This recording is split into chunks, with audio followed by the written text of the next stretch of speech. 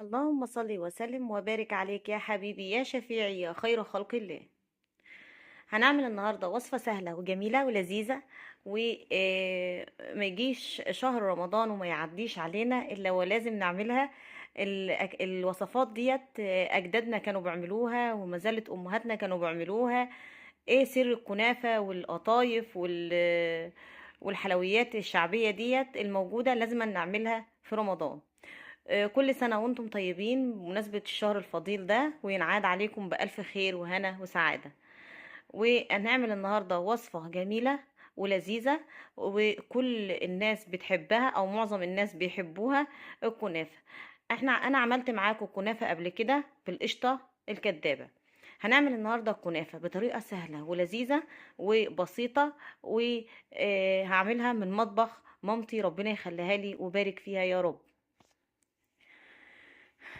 بعد ما نصلي على الرسول، اللهم صل وسلم وبارك عليك يا حبيبي يا شفيعي يا خير خلق الله، ندخل على طريقة عمل الوصفة. انا جبت كيلو كنافة وبدأت ان انا فرفض فيه او اقطعه.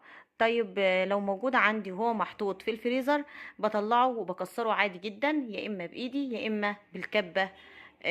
سهلة جدا وطريقتها سهلة جدا. بتقطعيه بطريقة يعني تنعميه على قد ما تقدري. لو موجود في الفريزر ممكن تحطي منه حبة في حبة كده في الكبة وتفرفطيها في الكبة او تقطعيها او تكسريها في الكبة. وبدأت ان انا خلاص اتأكدت ان هي كلتها متقطعة معايا تقطيع ناعم. بدأت ان انا بقى انزل عليها بالسمنة بتاعتي، ويا حبذا لو كانت سمنة بلدي. الحلويات الشرقية يعني سمنة بلدي. الحلويات الشرقية يعني حاجة كده غرقانة في السمنة البلدي. السمنة البلدي بتدي لها طعم وريحة وجمال ولا اروع من كده. ما كانش موجود صراحة سمنة بلدي، بس كان عندي ريحة بتتباع من عند العطار، ريحة السمنة البلدي. هاتيها حطيها في الوصفات اللي هي الحلويات بتاعتك، بتدي لها ريحه وطعم كانك بتاكلي في سمنه بلدي. طبعا هو لا علاوه عن السمنه البلدي لما بتكون موجوده في الوصفات، لكن ده لو مش موجود ممكن نحط الريحه بتاعه السمنه البلدي. بتبقى موجوده، معظمها موجوده عند العطارين، بتتباع بتشترى عادي خالص. ببتدي بقى ان انا ادهن الصينيه بتاعتي بالماده الدهنيه الموجوده او المتاحه او اللي انا حباها احطها. وبعد كده بفرشها بقى بالكنافه بتاعتي، واضغطي على قد ما تقدري. موجود عندك حاجه تضغطي بيها اضغطي، مش موجود بايديكي كده واضغطي بقى الضغطه الحلوه بتاعتك علشان لما تيجي تتكسر تحسي ان الخرطه تبقى حلوه معاكي وجميله ولذيذه. لغايه اللي وصل لغايه هنا بقى يصلي معايا على الرسول، وما ينساش قبل ما يصلي على الرسول يروح بسرعة يضغط لي لايك واشتراك ويفعل لي زر الجرس عشان يوصلكم كل وصفاتي الجديدة، وتستفيدوا مني على قد ما ربنا يقدر، على قد ما ربنا يقدرني ان انا اوصل لكم المعلومة. طبعا الكنافه بتاعتي ديت انا هحشيها مكسرات، انا عايزاها بالمكسرات بس. في بتتعمل ساده، كنافه ساده مش محشيه بالمكسرات. في بتتحشى بعين الجمل، في بتتحشى بالمكسرات قصدي وعين الجمل، في بتتحشى بالقشطه الكدابه، في بتتحشى بالمانجا، في بتتحشى بالكاستر. طبعا في بالنوتيلا، بالكريمه، كريم جانتيه.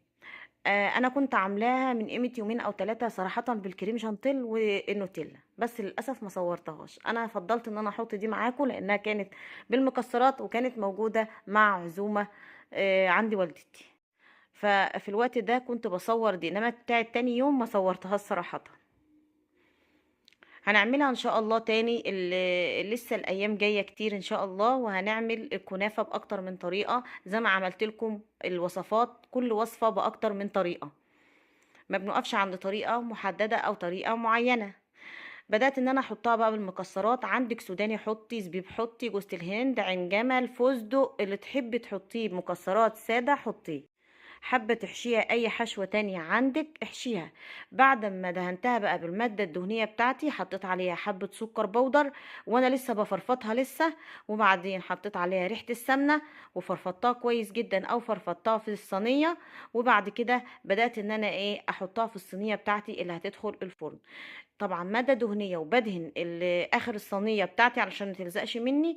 وبعد كده بحطها وفي النص بحط المكسرات بتاعتي، ايا كانت المكسرات يا ست الكل اللي تحبيها حطيها. وبدأت ان انا احط الرقة الاخير، وبدأت ان انا اضغط عليها ضغطة كويسة جدا. طبعا الكنافة دي بعد ما اتكسرت كويس دهنتها بالمادة الدهنية، ورشيت عليها حوالي نص كوباية سكر بودر. بتدي طعم جميل، بتدي قرمشة جميلة، بتدي يعني بصراحة انا جربوها. جربوها، لو كنت مكاني وشامين اللي انا شماه بقى. ببتدي بقى ان انا احط رصيتها كده بالشكل ده. الله، والله شكلها بيشهي من قبل ما تدخل الفرن. يعني انا لسه واكله منها ونفسي اكل منها تاني. ازاي؟ معرفش. بدأت ان انا برضو ارش فوق المادة الدهنية بتاعتي معلقتين سمنة بلدي، زيت، اي مادة دهنية انت تحبيها الموجودة عندك اشتغلي بيه.